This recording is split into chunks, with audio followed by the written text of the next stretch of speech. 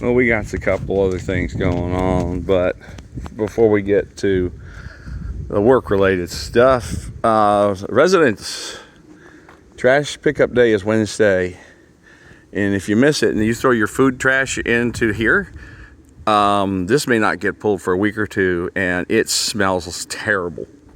The wind's blowing just to that way, so be good to your neighbors and do not throw your trash in a construction dumpster. Some of them could stay there for 3 weeks.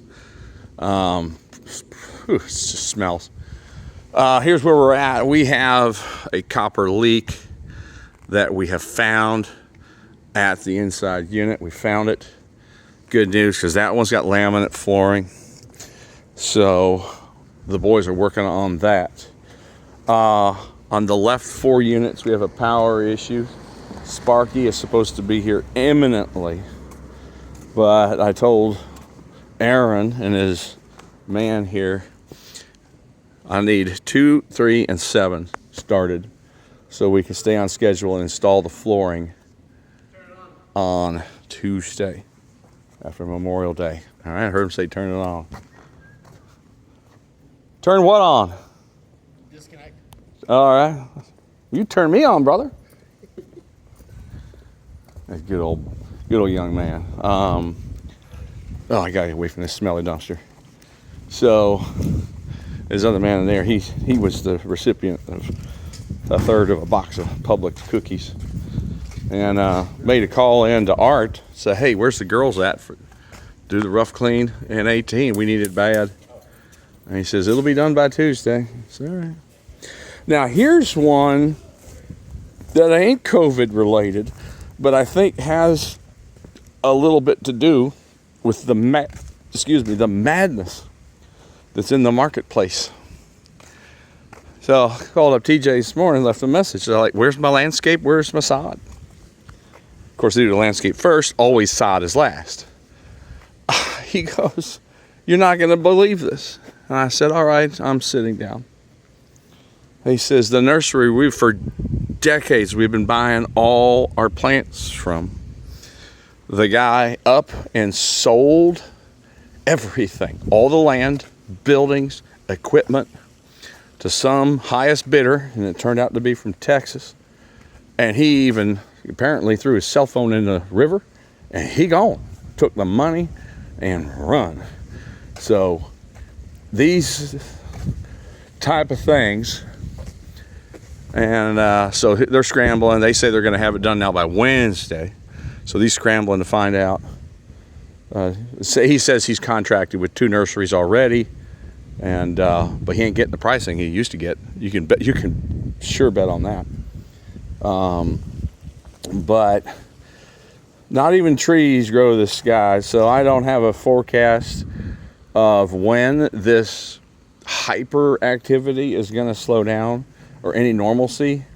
But I remember took microeconomics, no, it was macro, I can't remember, took a class, and they talked about certain percentages are unsustainable. And in school they showed this graph where they said in the Kennedy administration, AT&T was hiring switchboard operators at a rate of 18% a year. And the professor came, and he showed this graph that had that continued by the first Reagan administration, every American would have been an AT&T operator. And that was very funny, but I always remember that lesson of things don't go crazy forever. You know, if you're like me, I've been getting the past 9 months unsolicited text messages on my phone. Hey, we'll buy your house for cash, sight unseen. We have the inmates in charge of the asylum right now. As far as just nothing is making sense whatsoever. And in the case of the nursery owner who just said, you know what? That is way too much money. I'll take it from you. Thank you. And probably wouldn't blame him. But the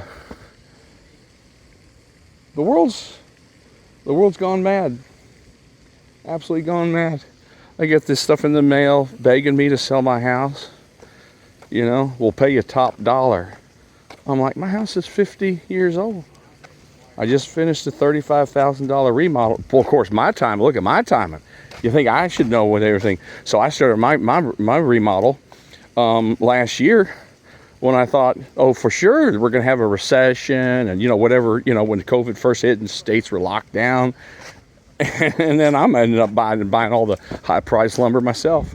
I probably spent 30% more than I needed to. I could not believe the price of materials when I did my renovation. I just was, but then when you're kind of halfway into it, you cannot stop.